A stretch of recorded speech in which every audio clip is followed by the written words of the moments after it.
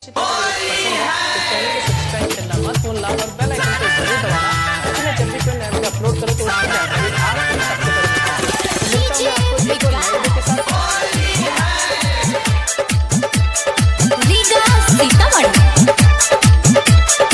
आप सुन रहे हैं अमित पटेल की आवाज में। होली में भक्ति जावा के आइल बड़ी मौसी घूमी घूमी लइकन में बिनेली कुटौसी।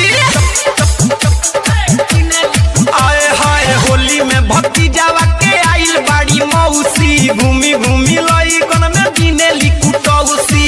सोटी सोटी सबसे पोटी बागी धरवले खौसी रे खौसी। होली में भक्ति जावा के आइल बड़ी मौसी घूमी घूमी लइकन में बिनेली कुटौसी।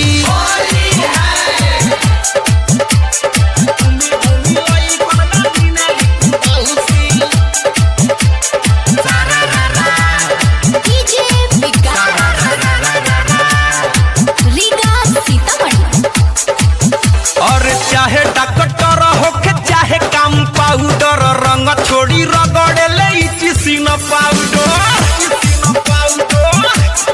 आए हाय चाहे डॉक्टर होके चाहे काम पाउडर रंग छोड़ी रगड़े ले चिसिन पाउडर।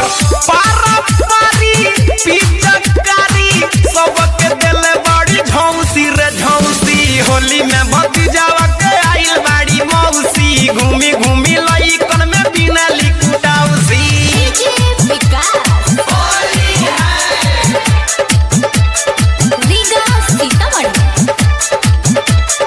आप सुन रहे हैं अमित पटेल की आवाज में। और पुआ पूरी तरुआ खाता बाड़ी खाना होली में अमिताभ के सुन तारी गाना।